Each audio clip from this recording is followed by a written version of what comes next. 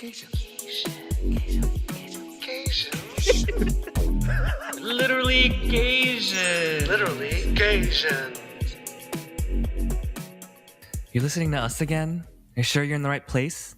It's Literally Gasians, a podcast where two gay Asian guys, also known as Gasians, Cajuns. get real about their feelings and literally Gasian stuff. I'm Bao, and this is my co-host, bleached hair, Gasian in a crisis, model number 579, Chris.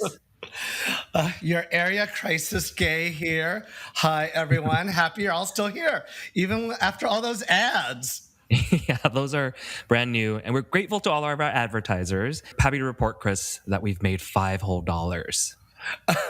I still can't get over that people are listening to Kate Spade and LinkedIn ads alongside our rants, darkroom, and hemorrhoid stories. But on the topic of stories, today we have a guest whose bread and butter is telling stories on the internet. In fact, he's one of TikTok's most famous Gaysian storytellers, maybe after the one who nares his asshole or the hot cooking guys. He's known for his hot takes on a lot of the topics we talk about here, like how guys make out in Asia, circuit parties, EDC. Have a listen to this clip. So before I went on this trip to Southeast Asia, I went to get waxed so that I could be super smooth for White Party Bangkok. And while he was ripping away, he was asking me what I was doing. And I told him I was going to Thailand and I was going to go to Malaysia. And he was like, Malaysia? Isn't Malaysia homophobic?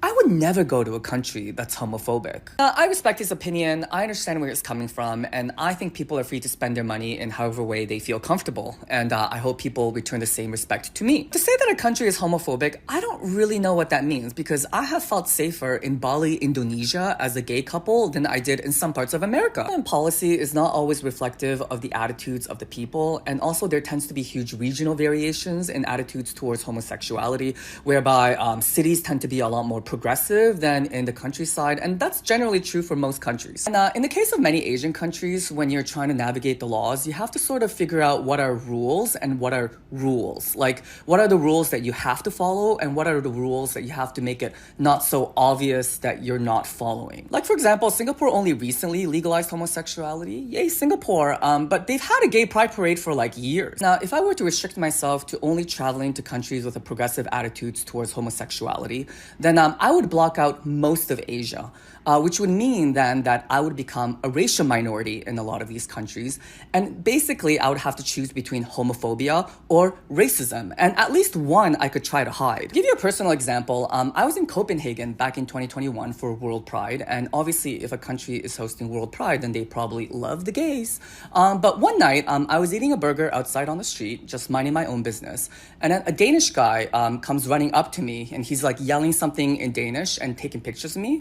And I thought, oh, maybe he's confusing me as a member of BTS. And then a Danish guy next to me tells me to just ignore him because he's just being racist. And I was like, oh, okay, that's nice. I'm not using this example to say anything about Denmark. Like, I know that racist people exist all across the world, but I'm just using this as an example to illustrate that homophobia is not the only thing I have to worry about when I travel. I also have to think what these countries think of Chinese people. So when you're at the intersection of multiple marginalized groups, then gay is not the only thing that comes into play. If you're a woman, if you're non-binary, if you're black, if you're a person with a disability, then all these other factors come into play in deciding whether or not it's worth traveling there. So I hope that we all have a little bit more faith in other people, in believing that we're all trying to make the best decisions for ourselves based on our own personal circumstances.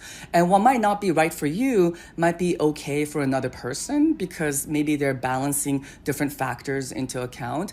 And I think that's okay. Coming to you live from Toronto, straight from your For You page, please welcome Chris Zou to Literally Gasians. Hey, Chris. And Toronto is in Canada, because I know America's sometimes confused. A lot of public schooling here. Yes.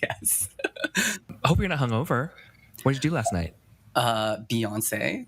Yes. Yeah, I definitely started work a little bit late this morning, but I am feeling much better now. I'm glad the podcast is starting at night and not in the morning, or else I would not be functioning right now. Are you at home or are you at the office? This is my home, but this is actually not usually where I stay. It's actually my guest bedroom. So none of those things are mine. Just Oh, Don't look too close. Sometimes I'm not even sure if you worked when I look at your TikToks. I'm like, you're always somewhere, like constantly. She worked from home. She worked from hotel. It's one of the beauties of like working from home is that you get to kind of spend an extra Friday or a Monday in another country and just work from there. Oh, it's so nice. and so for the purpose of this podcast, since we have two Chris's on here, I'm going to call you Chris, my co-host, don't ya, which I interchange all the time. It's me. And then that means Chris Zou, you get to be the only Chris on this episode. Woo! And I'm pretty certain I'm going to do a terrible job at this, by the way, but we're going to do it. We're going to go for it. And so maybe I want to start with the fact that you and I have actually met in person before. And why don't you tell us the story of that fateful day? I don't know how much you want me to reveal, but I just go for remember that was my first night trying an AMF. Is an AMF the drink? Yes, short for adios, motherfucker. We don't have that here, or I don't think we do. And so my friends were like, "You gotta try this. You gotta try this." And I ordered it, and I have no idea what it was. And I took a sip, and I was like, "I'm definitely getting fucked tonight." Mm-hmm. And after like that and a vodka soda, and then went to the dance floor, found the group of Gaysians, and then you popped up, and then we locked eyes, and then I was like, "Oh, hi," and then we came closer, and I think you were like, "Oh, hey, you're the guy from TikTok," and I was like, "Oh, okay." Our gaze was locking for a different reason. What? And yeah, it was magical. It was magical. You're everything I thought you were gonna be. A bottom? No, you did not think that. No, I actually did not. In person, very, very top vibe, actually. I can hear all my friends snickering at that comment right now. Yeah. Well, maybe it's because it's like maybe they've known you for a while, so they remember you as like a 20-year-old. But you're giving off some strong Dom energy, I think. It was so funny because after that, I met your friends and then proceeded to make out with two of them. So Exactly. So you do have that energy. Maybe you're just like dominant but bottom. Oh, Dom I never bot? thought Yeah, about that's a that. thing. Dom bot? Is that what it's called? I don't know. Oh, So you're all over my For You page, and I was newish to TikTok, and I love your stories. Although I think we also have met. I creepily approached you at Bo in San Francisco last year during one of your party trips. I kept it quick because I know you want to like have your moment there, enjoy your anonymity. I spotted you from a mile away, and I'm always riveted and excited when I flick up and you've got a new take. Oh, and gosh. and I also identify with your time partying. I had a similar party path over the last 10 years, but you've packed it all into 2 years. I don't know how you do it. And you like talk about the trials and tribulations, and it's amazing the authenticity and clarity and humor that you bring to Gaysian life. But how did it happen? How did it start? It started, I think I was in my late 20s. So I was like 27, 28. And then I used to go to raves with my straight friends. And at the time, I didn't do any drugs. So I would stay up till like 8, 9 in the morning just on Red Bull. And I missed those days. Like oh my gosh. oh wow. And then one time it was my partner when I took I needed some water, and then I took like a whole chug of water thinking it was water. It wasn't water. It was like water mixed with M, and I was like, oh, there goes my virginity.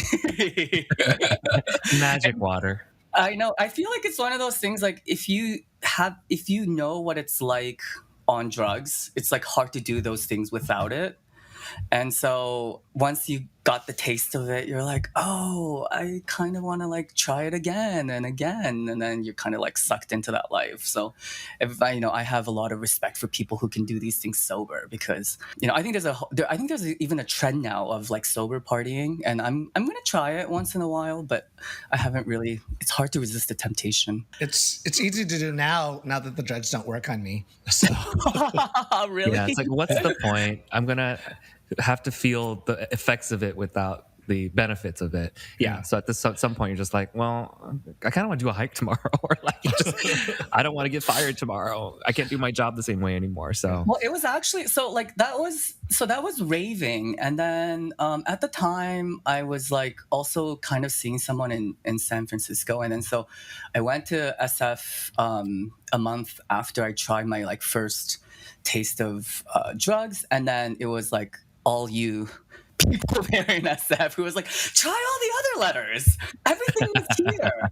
And then all the other letters became popular here in Toronto too. So you guys really are this is the California influence. You guys influence what happens in the rest of North America. So it's you guys definitely party on like another scale down there in SF.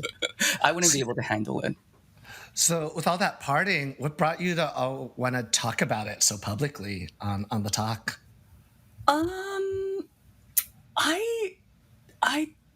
don't. I think it was just more for me to like journal my life. It wasn't like that's why I never.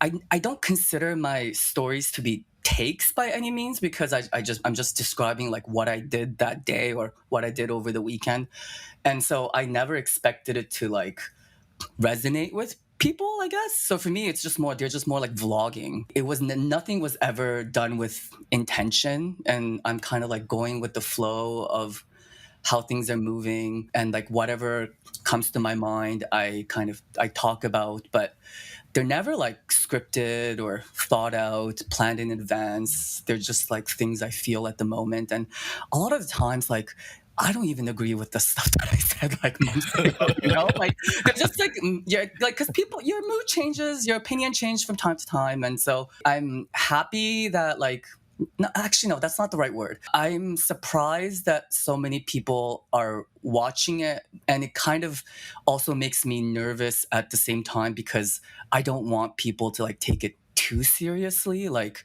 I don't really think that like California Asians are like that different. Like, I don't, it's just they're just lighthearted observations, and sometimes people think like, someone actually wrote an article about California Asians based on my TikTok. I saw that. And I was like, I didn't mean it this way, And so it makes me a little bit nervous, because I don't want to lose for me, the value of social media is just for me to kind of present myself authentically, so that I can see how I'm growing and changing as a person as well. And so if I lose that authenticity, it kind of defeats the purpose of me being on there. And so, yeah, I try not to think too much about who's actually watching and how people are interpreting these things. Mm-hmm. And I think it's okay to embellish. It's our stories. It's got to be fun. Yeah. I guess, I think for me, the biggest surprise is that like it was received so positively. And I know there are a lot of people who dislike it. Like, I'm not delusional, but it's received so positively by people in their own communities. Because I totally thought like, I would get like snickers and sneers and people being like, ew, like, who do you think you are, kind of thing. But I've been really surprised at how nice people are on TikTok, actually. Because you compare that to like something like Twitter and like YouTube, it's like a cesspool over there. But TikTok, people are like generally quite positive and uplifting. Because I really do think you have a talent in that. Like, it does feel unscripted in this great way. Or like, we do feel we're getting stream of consciousness, but you're able to present it with a lot of clarity. Because some people do stream of consciousness and they're all over the place. Like, if I did stream of consciousness, it would be just illegible. I feel like it's a lot of people just have a confidence issue, because like we all have thoughts that flow into our heads, and I feel like it's not like it's not like I just started on TikTok right away. Like, I was vlogging on my own personal Instagram story for a while. That's where I kind of got the hang of like, okay, like this is how you talk about your thoughts and like tell your stories. And then it was through like a friend of mine on there who was like, oh, you should post this on TikTok. And I was like, who's gonna want to watch me on TikTok? But I moved it over there, and then some of it went viral, and I was like, okay, well, I guess some people are interested.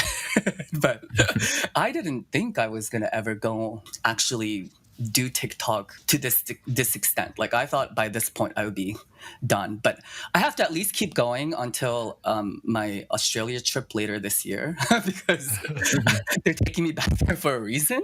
And so I have to at least keep going till then, and then we'll see where the road goes. So when was the moment where all like kind of blew up for you?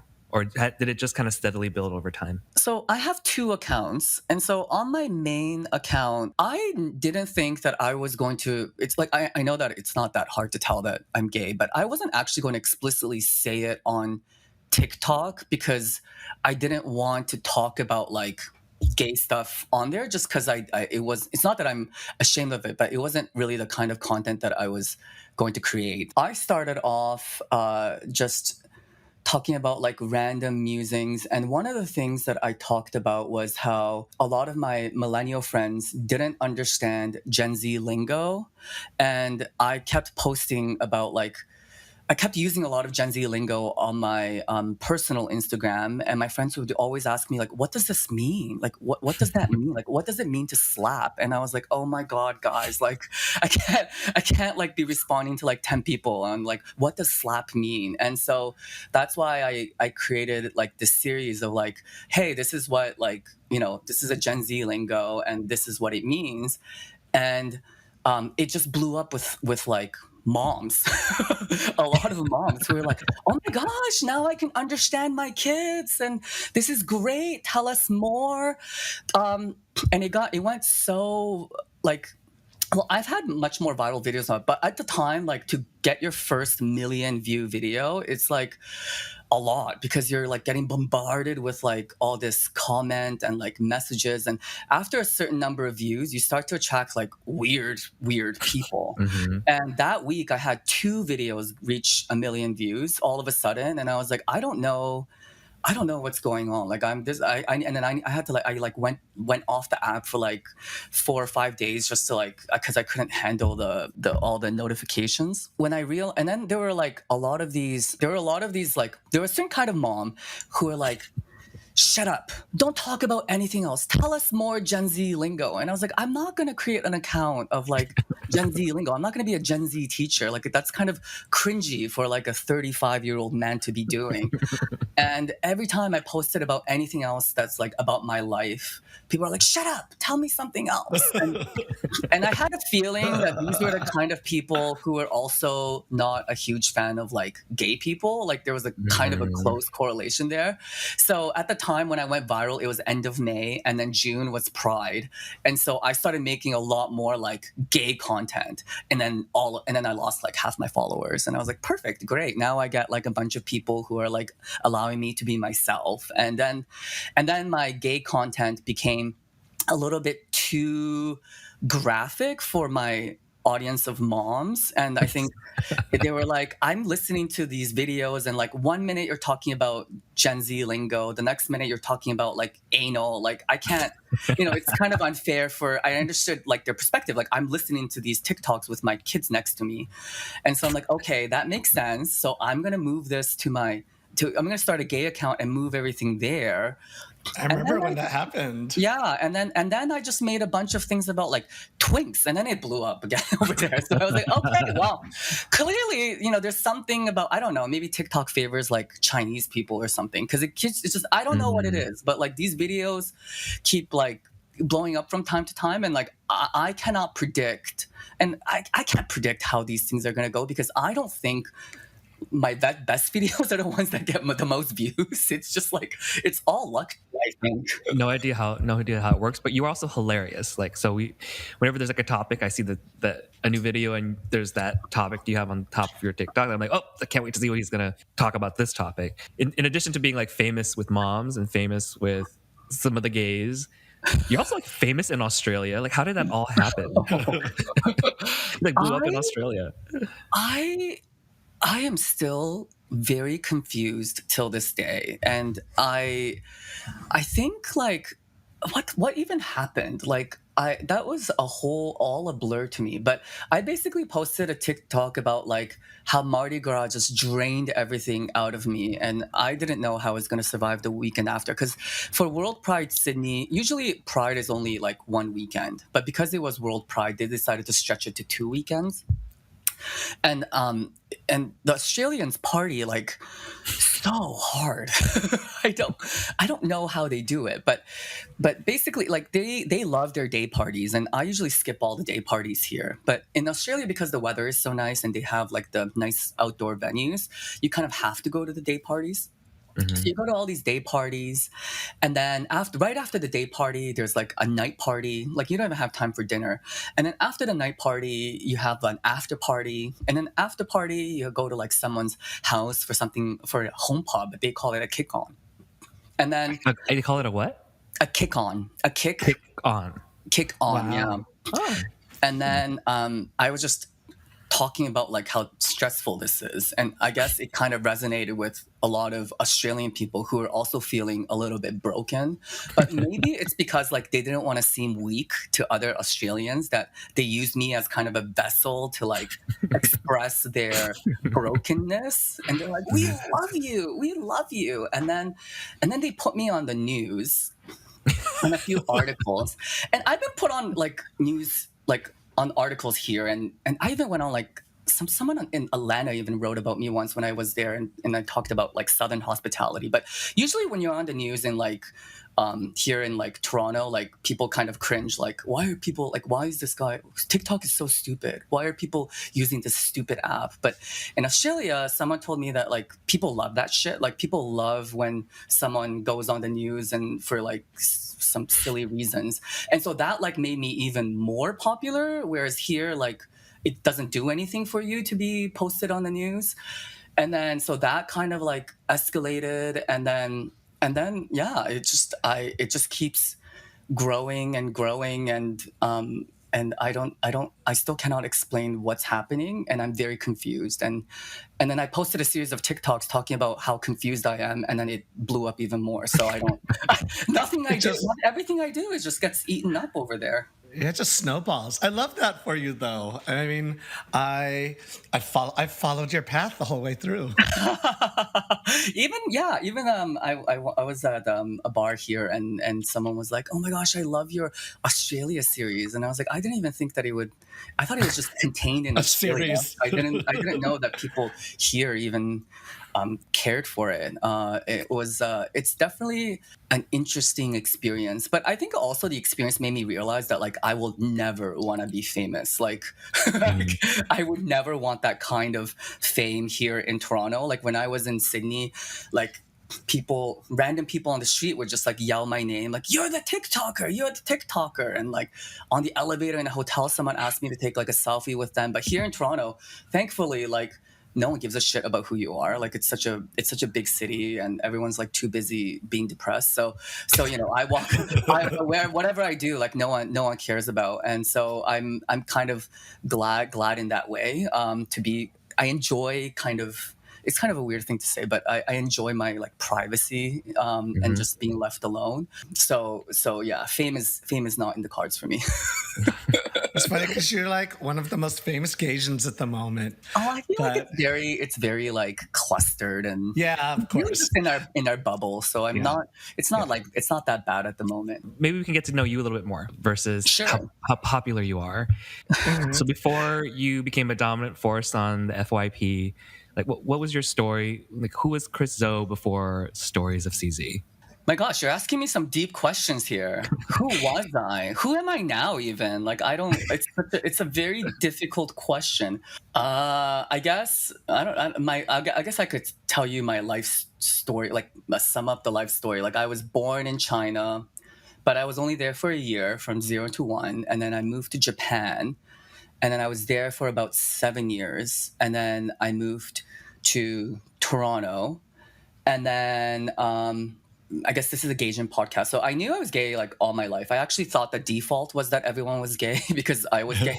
I thought everyone was gay and then we all just married women anyway. Because like you don't know, right? Like like that's because you just that you don't, because people don't talk about their sexuality so openly, so you just assume that everyone is attracted to the same gender.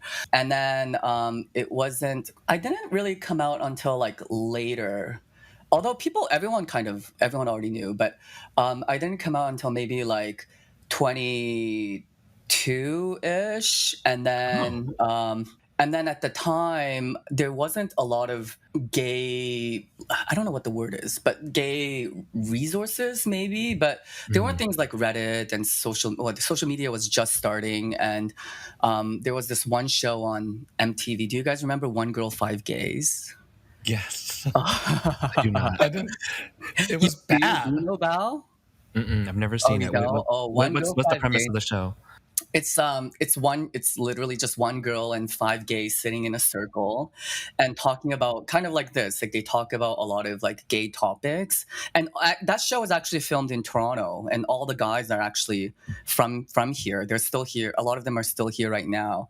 And that was basically like what I had to go off of when I was thinking about like, oh, what it means to be gay, what the gay community is like, and Chris, well, Dansha, you were like, that's bad. so that was for me. That was true for me. Like I kind of had a very negative perception of like what I thought the gay community was. I kept my guard up a lot, and I didn't really want to like immerse myself too closely with people because I was just.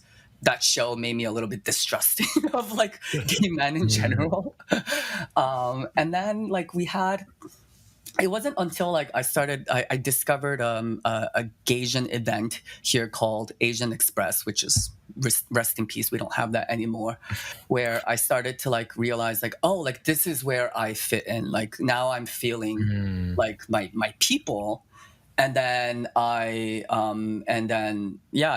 think I kind of had to like break down what I thought about the gay community and rebuild it from the ground up, and realize like I know there's been drama here and there, but it really is we're nice people. I find that like you travel the world and you go to all of these gay bars, and I find that people are generally actually like really friendly if you put yourself out there. And even like especially with circuit parties, like when I hesitated at entering at first because you watch the videos and you look at the pictures and you're like, oh, like I'm not like, I don't look like that, and like blah blah blah, like you kind of doubt yourself. But like when you go there and like actually like talk to some of these men, like they're actually not that bad. Like many of them are actually quite interesting and like are actually quite nice. And so I realized like that I had to kind of break down some of my preconceived notions about gay men, and that in general, I find that most of us have been quite nice and pleasant and are trying our best. What were some of those preconceived notions? I just thought like, that maybe gay men can be a little bit competitive and catty, and can be quite superficial and shallow. But I think, yeah, there are men like that, but I feel like it's just a very like, it's kind of like a vocal minority kind of thing. But like most of us are much more inclusive and open-minded than that, I think. So you kind of touched on it already, but we want to go back to one of our classic literally Gaysian questions that we haven't asked in a long time. Was there a defining moment when you realized you were Gaysian? I've always been proudly Asian. I know a lot of people struggle sometimes with like their Asian identity. That's never really been the case for me. I think it's because my parents have always raised me to be Asian. They always like forced me to go back to China once in a while to be like, this is your people, this is your culture. Do not forget. Right, do not forget. And so I've always loved being Asian, and I'm really grateful that I grew up here in Toronto because most of my friends here are Asian. The gay thing, yeah, I guess, you know what? Actually, I actually have thought of this question because you asked this question on another podcast. And when you asked this question, I even thought to myself, like, how would I even understand this question? I think for me, actually, when I felt maybe like, oh, like I feel as us as a community was coming onto TikTok in some ways, I guess, because coming A on recent here, thing. yeah, like I've always been part of the Gaysian community in Toronto, but I never thought of it as like a Gaysian thing. I just thought of it as just naturally my friends. But it wasn't until I came on TikTok, and then I went to like LA, New York, and Bangkok, and people explicitly were like, "It's so nice to see like representation of Gaysians, like for you to like put your face out there so that we could be represented in to a much broader audience." And it freaks me out when people say that because I don't really want to be put under that kind of pressure, but that was like like kind of the first time when I realized like, oh, like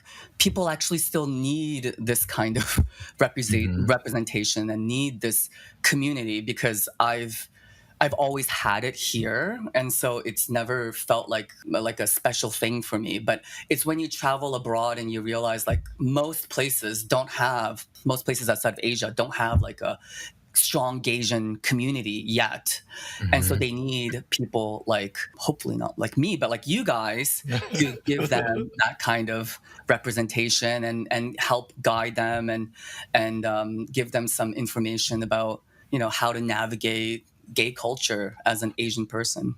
Oh, I feel really bad for some of them listening to us. Yeah, no, we're deferring this responsibility to you, Chris. You are our leader. You Oh are the leader.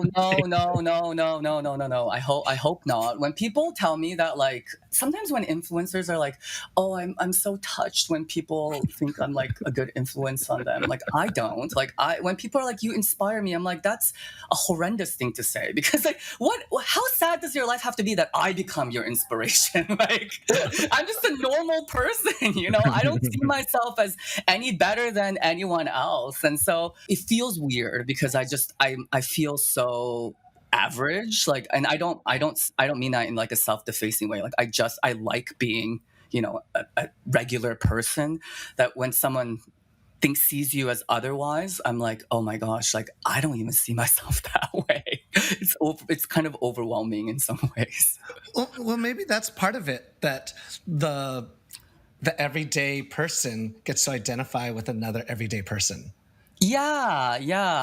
And I understand the appeal of that because for me, like that's the kind of content that resonates with me on TikTok. Like I love just watching everyday people do everyday things.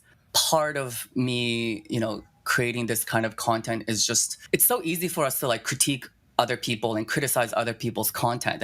And I remember like being on TikTok, I don't get it. Everyone's just dancing and dancing and dancing. And I'm like, you know what? Like, shut up, Chris. Like, if you're not going to make content, then you can't complain, And so I'm like, okay, well, what kind of content would I want to see? And so I understand the appeal of just wanting to see like everyday people talk about everyday things. Sometimes like that gets like glamorized in some ways, I guess, and that's the part that I don't think I'll ever quite get used to, I guess, because like I've always grown up like pretty. I've always had a lot of friends and stuff, but we're kind of used to being invisible in a lot of these spaces, right? And so I've learned to adapt to that, and I've learned to just like make my own space. Like I don't care if people don't talk to me. I don't care if people don't see me. I'm still gonna have a good time. And so I've learned to like find that self-love, and I have like more than enough love for myself. And so that's what I'm used to. And then when other people start to give love to me, it's like I don't have space for that love. And so it's like very overwhelming because I really do love myself, like maybe a little too much, but I really do. And so it's a lot. And I think I need to make space for that. But then at the same time, you're like, your 15 minutes of fame could be over at any moment. And in this day and age, like, you only really need to say the wrong thing here and there for everyone to like just hate you. And so like you also can't like take this thing too seriously, I feel like. And so I want to be a little bit cautious as well. And so I think I'm like trying to find that balance of like accepting their love and not making sure that I don't end up like relying on it as well. Your fans think you're inspiring. People call Docha and I depressing. Are you? Are you? No, there was this one hateful comment on like one of our reels when we first launched the podcast, and they were just like, the fact that you two are still living this chaotic life is just depressing. I want to like actually focus on this journey of self-love that you have, because I do think that's why people connect. You feel free. You don't seem riddled by the anxiety that the rest of us feel, right? My partner says I have a cold Chinese heart. And I didn't know that. Like, I don't really get anxious. Like, I think maybe my mentally darkest days were like the pandemic. But even then, like, I was able to like pull through. And I don't want to ignore the fact that like a lot of it has to do with the fact that like I'm in a very comfortable position in life. Like, I'm financially doing okay, doing well. And so a lot of the confidence that you see is because I know that I always have a safety net, which a lot of people don't necessarily have, right? And so like I think a lot of people have the same sort of opinions that I have, but but don't want to necessarily voice it on TikTok because they're like, oh, what if like my colleagues find out? What if my work finds out? What if I get fired? And I'm like, well, if my work fires me, I'll have something else lined up, kind of thing. So I know that some of the confidence that I exude is from that privilege, and I also think like we kind of underestimate innate genetic factor that also comes into play when it comes to how resilient you are as a person. And some people are just born a little bit more resilient than others. Like some people are taller than others, and I just happen to win that genetic lottery. So things just have never really phased me much. And you compare me to someone like my brother who's like very very different in that way. I feel bad, like some people just have that like rain cloud over their head, and I just always have like a sun over my head. And it has nothing to do with like, it's not like a book I read or like any like therapy that I went to. It's just I've always been this way, and it's just I was just I don't know, I was born with it. Born this way. Yeah, you radiate that, and it's like it's hard to explain, but I do think that it makes a lot of sense now why people would connect with your videos, because you really radiate that, and they like it's aspirational to have that level of like Well, I feel bad authenticity. because I honestly didn't know for a long time that like not everyone felt that way. And so hearing about people's stories of like self-doubt and body dysmorphia and like and like self-esteem issues and anxious attachment and like hearing about everyone else's mental health issues like made me realize how lucky I am. And sometimes I'm like, I wish I could like give you the sun over my head so you feel better about yourself. But we're not there yet. But I wish I could. I would if I could. Well, maybe with each video, you are giving it to somebody, just a little bit, a little at a time. Yeah. I know it's not always. I'm also not a huge let's hold hands and sing Kumbaya kind of person either. Yeah. Some people are a little bit too on that side, and for me, that's like not the kind of stuff that I resonate with. Yeah, I don't know. I guess if it's uplifting to people, great. But I know that it's not always that kind of content.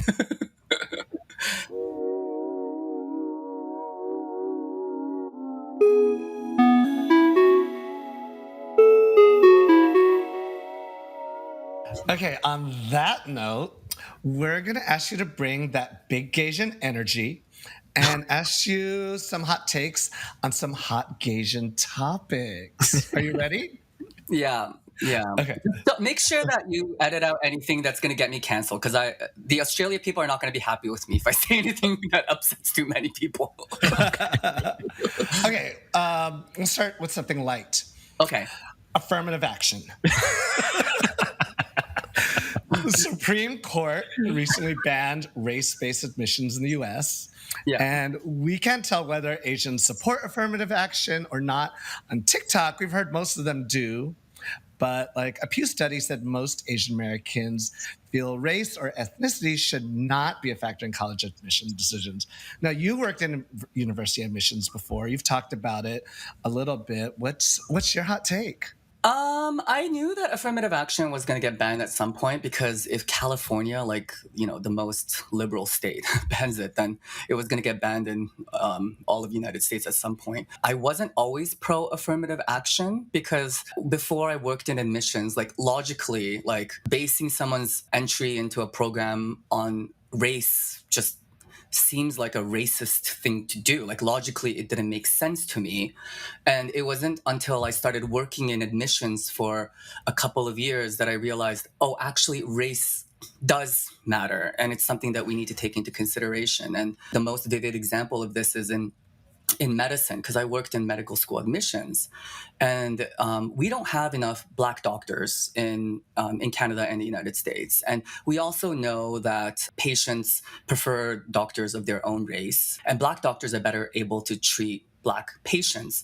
And even among like medical students right now, they have a lot of preconceived notions about Black people that just aren't true. So, for instance, they did a study that showed that about half of medical students, I think it's about half of medical students incorrectly believe that Black people have a higher threshold for pain, and so they stupid. their treatment plan they wouldn't actually follow the proper treatment plan in treating Black patients.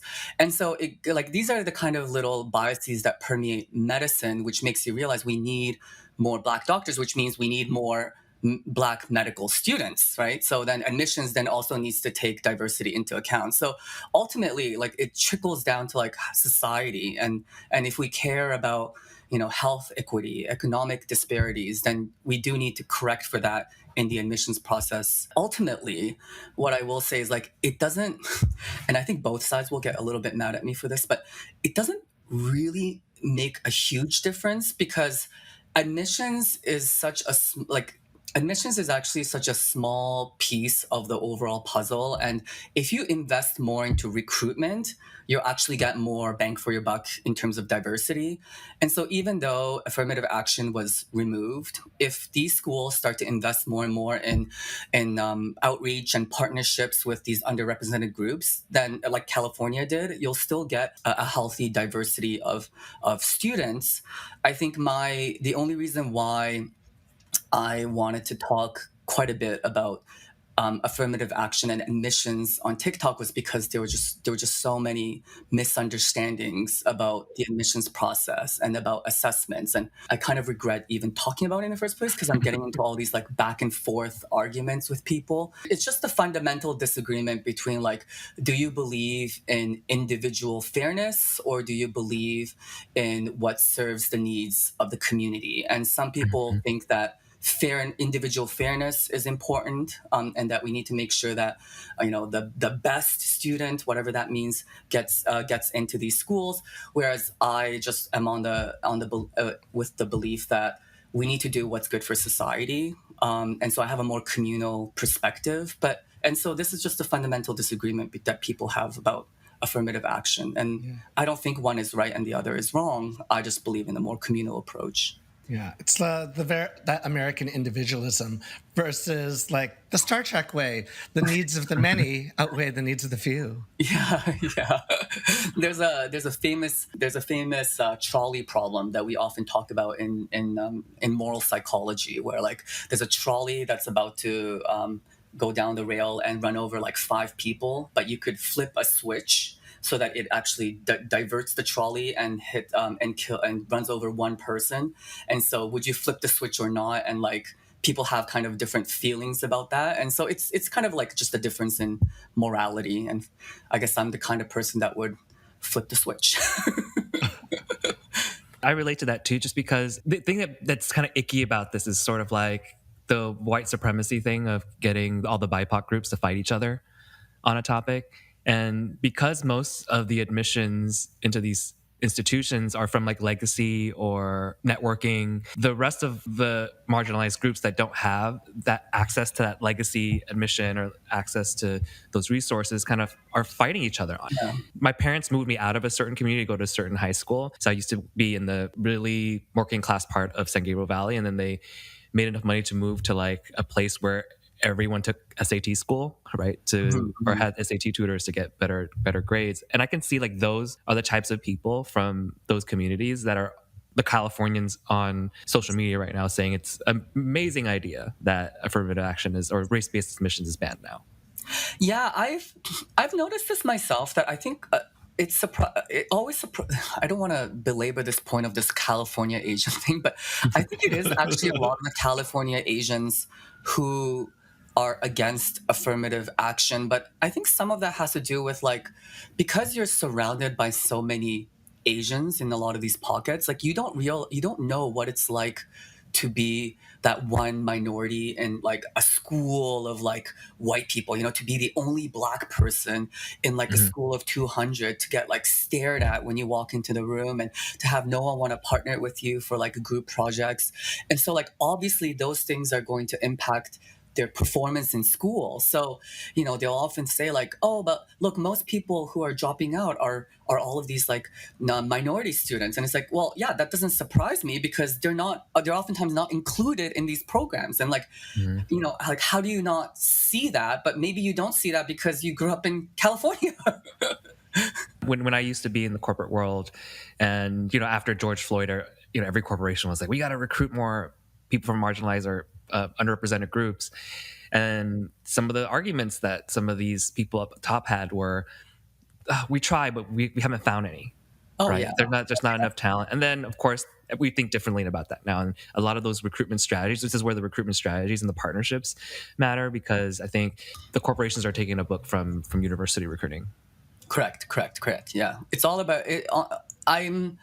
I'm a little bit like, yeah, of course, a part of me is a little bit disappointed that affirmative action is banned. It was kind of expected, but I know that things will be corrected with recruitment. But I guess it's just scary. Like from my perspective, like looking down on America and seeing where things are heading, it's just scary to see, because affirmative action was like a string of after like removing a lot of these other rights from these marginalized groups.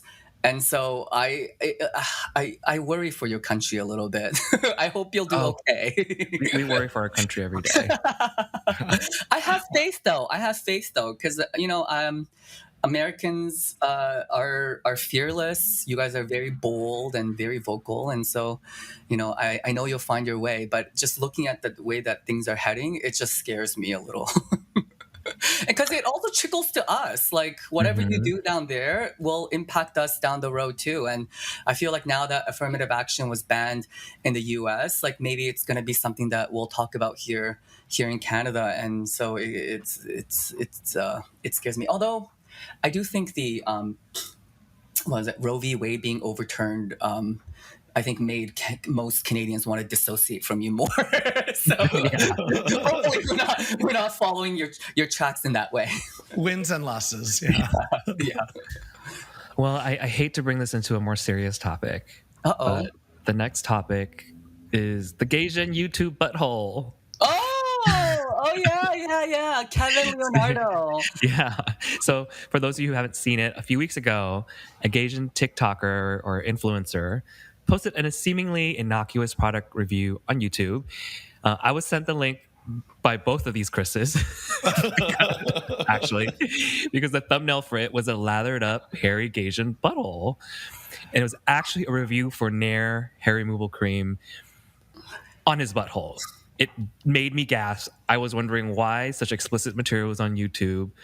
But it was also very direct and informational. Like, did it make me kind of consider buying Nair for that purpose? Maybe. Mm-hmm. So if you haven't seen the video, search removing butt hairs using Nair cream on YouTube. But Chris, what is your hot take on this? I actually am not.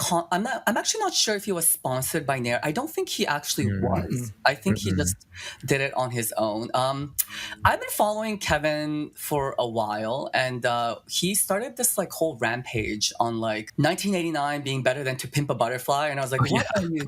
What are you doing, my friend? What are you doing? But I have to say, like the Nair butthole.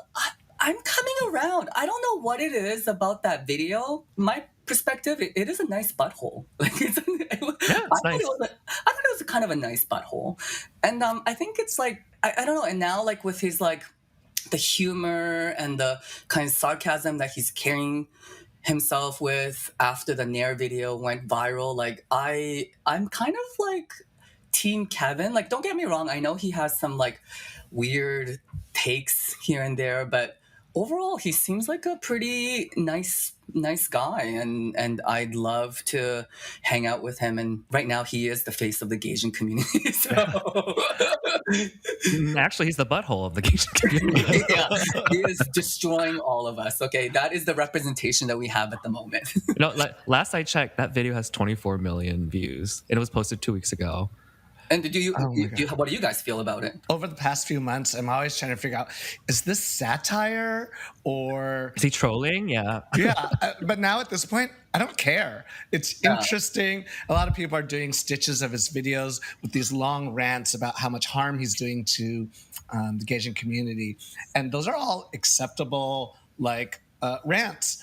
But maybe people live all different types of lives, and his life is acceptable also. Correct. I actually don't like those kind of takes at all, because in every community, there will always be a variation of people, and there will always be the kind of people who are not going to be the best representations of us, and to hold them accountable just because they're part of our community, to me feels just unfair. Like if someone is going to look at Kevin and think that that's what all Gaysians are, it's the person making that generalization that I think is the issue. I think we should be able to behave as silly as we want without carrying the burden of our community on our shoulders. So I don't agree with most of those stitches, thinking that he's like a bad representation of our community. Like then go be a good representation. Like go counterbalance him, right? Like make your own videos. Yeah, make your own videos. Like people make the same kind of comments to me all the time, like, "Oh, you're so toxic," whatever. I'm like, okay, then go make your own videos. Like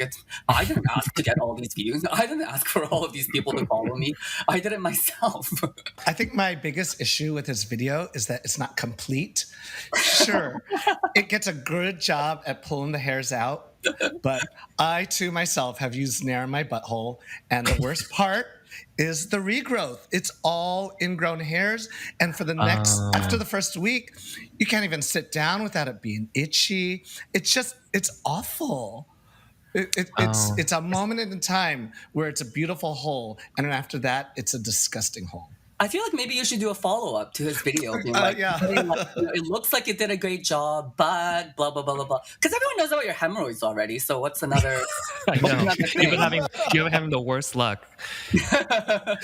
Maybe that's what led to my hemorrhoids, using Nair as a child on my hole. Ooh. Well, I do have a follow-up question for you, Chris. Mm-hmm. What makes a nice hole? Like, what makes a hole nice? I think everyone has a different take on this, because some people really like them hairy, but I like the smooth, and his hole just looked like, it's so weird talking about this, but his hole just looks like one of those like that's just always ready, like he's just ready for the fun, and it looks fun. You sound like an exotifying rice queen. Oh no! I see, I'm gonna get canceled. You can't cancel me like this. His hole radiates. It has that sun over his hole. Like there's a sun over you. It really does. It's like breathing its own life. It has its own heartbeat. Like it's art. Next take. Dating a white guy. Love them, hate them, both? Oh god. You're making me groan so hard. This is the one that's gonna definitely get me canceled. I don't really like talking about racial preferences, because it's a very complicated topic, and people have very strong feelings about it. And I totally understand where a lot of our racial preferences can come from the representation that we see in Hollywood through like our kind of obsession with like white men and whiteness. And, I myself am dating a white guy, and I've thought about like my own sort of like where did that come from, and like my own sort of biases. And but instead of, it's a hard one for me to talk about because Yeah. because human beings are actually not really designed to understand ourselves very well. Like the way we have very poor metacognitive abilities, and so like we think we might be thinking one way because of that, but in reality like it might not be that at all. So for example, they did a really interesting experiment I think it's in the 70s, and showing a series of experiments showing like how poor people's metacognitive skills are. And they lined up like 5 leggings on the table and asked people like, oh, which one do you think, do you like the best? And everyone will say, oh, it's the one on the right, the one on the right. And then if you ask them like, oh, why do you like this one? They'll be like, oh, because it's like really soft and the quality is really good.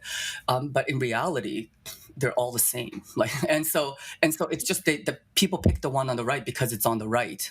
So this is kind of like, it kind of goes to show you, like, if you try to ask people to explain why they think the way they think, like, people are just going to come up with all these ideas that are not necessarily rooted in reality. So I don't know why like for me specifically it is that way. People want to know about like my own preferences all the time, and they're like, well, who, like, are you only into white guys? Are you only into white guys? And like, no, seeing that I'm dating a white man obviously doesn't help my case. and so I don't, so like, what am I, and like, I'm never going to win here. Right. So like, people are going to say whatever they want about me, but yeah, you might be right. I'm an awful person. I don't know. Like, I don't know what to say to you. Oh, for the record, you were looking to try to get fucked by Bao. Well, yes, but We can leave that at that if you want. it's a nuanced topic that I think probably requires like a much more thoughtful and thought out kind of discussion. It's probably one that I need to like kind of prepare in advance for. Yeah.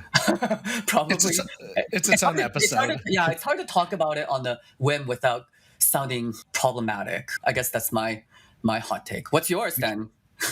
Put you on the spot. Me? Yeah, both of you. I'm into like everyone, but recent track record has been kind of white, but Nerdy white guys. yeah, tall, lanky, nerdy, glasses. But then, I think my type is just rich. Like, like, I'm not gonna lie. I like a man of like a certain kind of like panache. yeah. Of cash. And, it's like that's probably problematic in its own right. But the green is the color I see. The bank account. I'm not colorblind. I love green. Yeah, green. I like everyone too, but I would say like when I started going to therapy, I started breaking down a little bit about why when I'm attracted to a white guy, I feel like the rest of the community is going to hate me. I do have that notion, this idea in my head, because I was really into a white guy once and we were probably going to start dating. What I would fear is that people didn't think I was being a good part of the community by dating a white guy.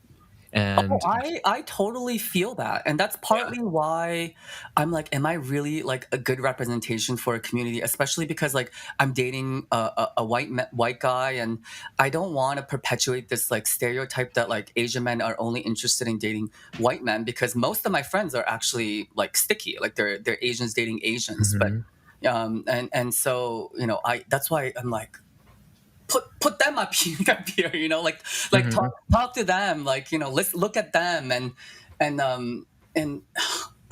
like it's not even like my preferences like shouldn't even matter to like the viewer, right? It's not like I'm gonna sleep with you anyway. But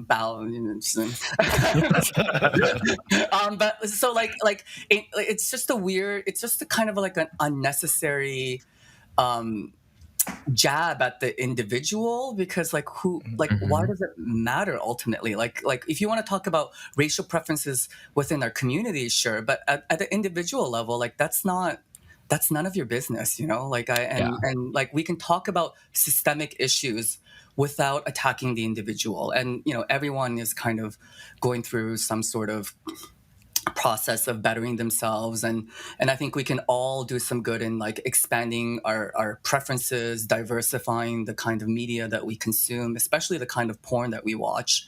And but it'll, you know, it's an individual journey that's going to take time, and going after someone for it is not going to help anyone's cause. You see this happen online to like famous Asian cis women who Correct. date white men. Like Correct. the whole swath of like the API community, particularly Just straight comes men, down on them. yeah, Yeah. comes down on them. Yeah. Yeah. But I do think it is important to recognize that we do have like yeah, it has been an issue, but I will say like I do notice that it's improving much more than like when you Definitely. look at my millennial friends, we look kind of almost ridiculous because it's all like Asian white, Asian white, Asian white, Asian white, and you go Mhm. down to the Gen Zs and it's all sticky. It's all Asian, and maybe like one white guy. And so and now I think the discussion also needs to like expand to like, well, what about Black, Latino, you know, and Yep. incorporating them into our spaces as well. And so, you know, they're important discussions to have, but you don't need to attack individuals for it. Like Mhm. it's not, you know, we can always work towards making things better without being nasty. So you're probably getting canceled after that, and so are all of us. It's So I've been okay. switching. Australia is basically all white anyway. All right, last topic. Mm. Padam, padam Padam, padam. by Kylie Ba-dum. I Minogue. hear it and I know. I feel like this is the one that will actually get me in trouble with the Australians. So I just want to say that I love this song. This is like my favorite song of the year. I'm all Choose your about words wisely. Yeah. I love Kylie Minogue. She is wonderful. Although I will say like I think her like Fever album is like, you know, the her best work. Iconic, the best. Yeah, yeah, all the songs from that, like Love at First. It was Love at First Sight, Love at First Sight, Yes. In Your Eyes, Can't Get You Out of My Head. So good. But Padam Padam is good too. You know, I've come around. I've come around for sure. For sure. I love Kylie to the point where I discovered the album when I was in Vietnam in high school, and I bought it. No, so it was bootleg. You know, it's in like a plastic thing with the Yeah. CD. Yeah. It was a bootleg Kylie Minogue album, and when I listened to it all the time. When I was in college at 19, and I was driving with my sister, and I was coming out to her like in the car, Hmm. and her first response was, "Is this why you listen to Kylie so much?" This my poor sister in high school sitting there, my strange brothers listening to a lot of Kylie Minogue, and it all made That should sense have been that a night. giveaway. That really should have been the giveaway. Yeah, for sure. That was your gay awakening. You Yeah, guys like it? Is it big in like SF in LA? Is it a big song in California? I heard it I heard 20 it, times this yeah, weekend. during Pride. It was just Okay. at the same place. Heard it at least two times within an hour. But I will say, like, I'm really loving kind of the way that we consume music is just so much more expansive now. Like, a woman of her age, it's like very difficult to have like a hit song.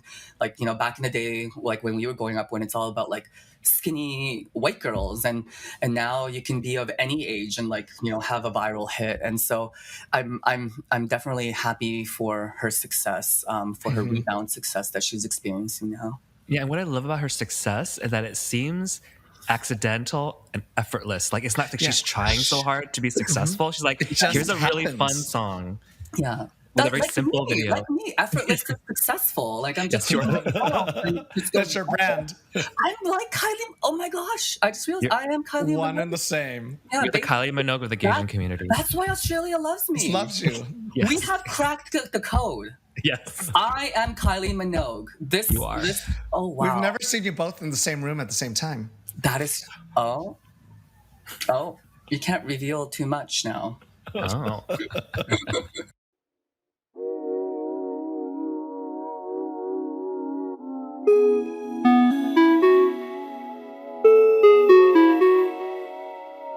So I think it's time to be real. The part of the episode where we get real about whatever's on our hearts or serotonin deficient minds. And as our guest, Chris, why don't you start first? Time to be real, Chris. Yeah. Well, since Be Real was named after the social media app that's no longer popular, by the way. Okay, millennials. Yeah, I've stopped using it. I've stopped using it. Yeah. Yeah. What do you guys think of Threads? It's different. It feels lighter.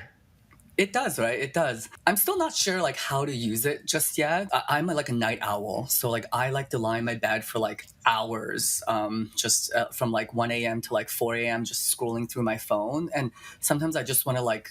I wish I could post a TikTok, but my partner's sleeping next to me, and so I use Threads as like my substitute now.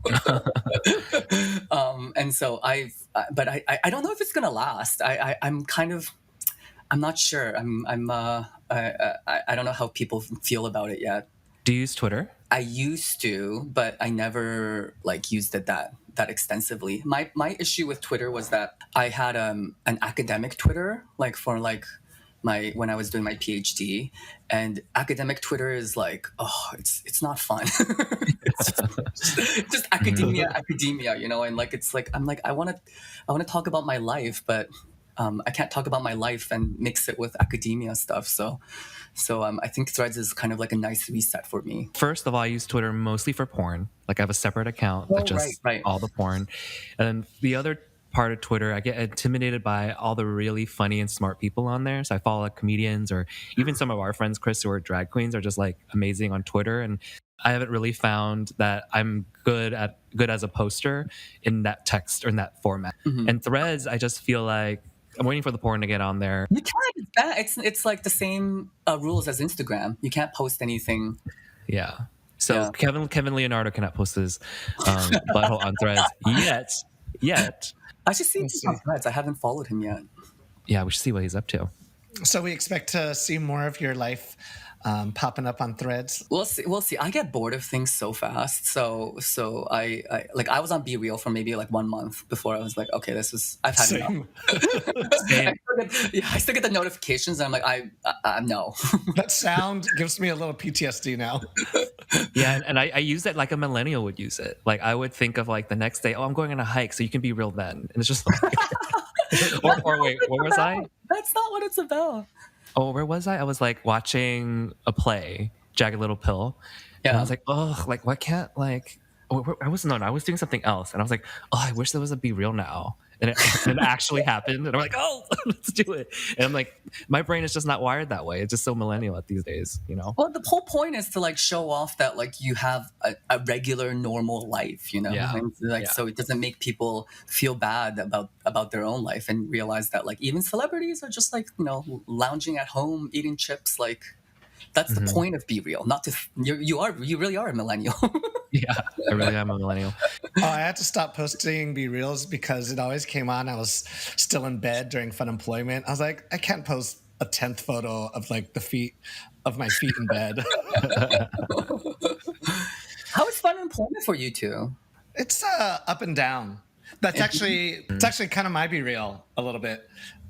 Like I'm unemployed now, and I thought I was going to have so much fun. Yeah. And I was going to learn new skills. I was going to date, have me some fun. Yeah. But, you know, because on the weekdays, I'm relegated to the apps, and it's actually been really excruciating. Like, first, it started with a podcast listener catfishing me with photos of someone who I actually already knew, someone in New York. And that was wild. He was trying to invite me over, and I was like, he started with, you're on that podcast. And then, and it's just getting tiring because recently it's gone as far as extortion. What? Yeah, it was from Tinder. Some guy started chatting me up, and I should have known the first sign was that they wanted to chat on Telegram. Usually, all those like fake profiles on like Grinder and Tinder are like these Chinese faced photos, and Yeah. always are looking for a relationship and a long-term relationship. Let's talk on WhatsApp, and they want to talk about crypto, and they're Right. always in trading. Right. I got thrown off, and suddenly they're threatening to send pictures of me to my Instagram contacts, and Oh yeah, yeah, I yeah. got a little freaked out at first. Oh no, no, no! They're never gonna actually do that. But then I was like, well, all of my friends have like seen me prancing around them naked already. So I was like my anxiety went down. I was like, what's really the worst that could happen? Yeah, yeah, But I was like, not trying to raise my blood pressure because I recently have been learned about my dangerously high blood pressure. So I'm just trying to take better care of myself, and it's hard. I'm just trying to live my life, have yeah, some yeah, fun, get some yeah, validation. But every turn is like just kind of shitty lately. yeah. So It's like yeah, online apps, shitty. It's not even like the people I'm interacting with, like the flakes. It's the fake people. Oh God, it's awful. oh It's god. one or the other. I always like fantasize about just like being unemployed, but I also know like the grass is always greener on the other side. And I think like when I was like during the pandemic, I was unemployed for like a year or so, and people are like, "Oh, it's so great! You can do like whatever you want." But like you wake up and like there's no structure, you know. Like you have to like Mhm. decide what you're gonna do all the time, and at least with work, you just know that you're gonna go to work, you know, write a few emails, you know, write a few reports, like that kind of stuff. Like you have that structure and stability in your life, and you get paid. Yeah. You get paid every 2 weeks, and so and I feel you, but take advantage of it in some ways. I hope. Yeah, I am. I'm traveling. I'm doing what you're doing. I'm traveling, having some fun. But Yeah, in between those moments, it can get a little rough. Yeah. yeah, yeah, yeah, yeah. Yeah. Well, from my Be Real, I do want to say sorry that sextortion happened to you, don't you? Because you texted me because the same thing happened to me at the beginning of COVID. And it's the reason why I had to delete my old Instagram and start over in 2020. I found the whole situation to be super traumatic because I blamed myself. I took all these things that I Um, thought was bad about myself, put it into this little bomb in my head, and like it exploded all over my life. One of the feelings was that I felt so broken. Like, oh, you're so horny and broken that you pushed to like do this with someone you've never met. Like, you're an idiot. You're pathetic. And I mhm. felt so much shame too about like my sexuality and myself, blaming the fact that like gay people we think and feel this way, and so I brought this upon myself for being gay. Like totally internalized homophobic thoughts. Yeah, And I just felt like everyone would judge me harshly. Like everyone's gonna find out this and that. And I just felt so violated because they were commenting on like my Instagram and Facebook posts, like at Don't Judge, I can't wait to show you the secret that Bao has. They were like tagging my old employer where I used to Oh my work. So I used to work at God. Netflix. They're like, at Netflix, you should see what your employee is doing. Once I knew things were going to be okay, I think it was so traumatic that I compartmentalized it and put it away. And then over the pandemic, I would get randomly triggered by it and be like, okay, I'm panicking. I don't know why. And it would be like a request from work, like, hey, can you DM this person from your personal account? And then I would be like, I won't do that. And I would be in a total panic mode. And it wasn't until I started therapy that I actually was able to process all of it and realize like, we're the victims here because this is a crime. Sextortion is actually a form of sexual assault where they're taking something without your consent and blackmailing you. And since then, a lot of this has happened to a lot of my friends, and because within my friendship circle, I have talked about it. I've helped them through it, and I think we were just texting last night to Don'tcha about this. I feel like I just want to take some time to talk about like what happens when people do this. It's actually like a farm or like operations of people doing it around the clock. So think of like a call center in a house yeah, somewhere yeah, outside of the yeah, U.S. yeah, It's insane. yeah. And they've studied what kind of photos or like personas or things to text you from their computers that would seduce you. Like they choose the right hot photos, they follow and message you, they butter you up, they send like dick pics, and they're usually like really hot. And Yeah. if you bite, they'll be like, well, I'm so horny, I want to see and talk to you. Yeah. And they always ask you to go off the platform to something like a Yeah, Skype yeah, or a yeah, yeah. Yeah, Telegram that they can't be followed. Yeah. or like a WhatsApp. And so once you're off the platform and you see them, they try to get you to do something explicit with your face in it. So sometimes they're like, oh, I want to see your face. And when they finally catch that, they like shut the webcam off and said like, now it's the scary evil part where they blackmail you. We'll post this on YouTube if you don't pay. And so just want to give some tips for people when this happens. The minute they ask you to go off the platform is when you should immediately block them. Yeah. If you get to that part where you do go on the platform, they ask to see your face, sign off immediately and block them. I thought that was like a cardinal rule. You don't post face and body together. Yes. I have never. Yeah. Yeah. And they try to get you because you don't want that. And then they try to get that shot. They've already started recording by the time you turned on your thing. Oh. And then when they ask you to pay, never pay them. Just block them immediately. Yeah, of course. But it's hard to get over those feelings of shame and like the feelings of violation in the first few days. Of course. And there's like a lot of help out there, but I used to carry this around as a very shameful thing about me. And when people ask like, why did you start all over your Instagram? And some people thought I had like unfollowed them or something. And I always say, oh, it was hacked. This is what truly happened. And it took a long time for me to process it. Other people seem to be processing it fine, but I think it's because... You walked so I could run. Because I see other people go through it and they're like, oh, well, okay, I just need to block them. That's fine. Like, they don't have to, it doesn't sear open a wound of like shame or fear that it did for me. And it's the pre-existing stuff that I had. And, and that started the whole journey. But I know a lot of gay guys have been through this. They don't ever want to talk about it. Because we don't talk about it, people don't know how to avoid it. And it just keeps happening to more people. And so I thought maybe it was an important time for us to like give you some of those tips. Yeah, for sure. I felt very comfortable about the situation. Well, not comfortable, but not crazy about it when thinking about how you went through it. And so I was like, okay, I'm going to get through this night. And then it turned out fine. My blood pressure's back down. Oh, good. Oh, it was high up there. I'm sorry, girl. Girl, it was a mess for that first moment. Because they fucking violated you. These things don't happen to me. No one's ever tried to make like a fake OnlyFans of me or try to get my news. Like no one's interested, you know. And actually, like when hot people message me, I don't message them back. Like I'm like, that you're fake.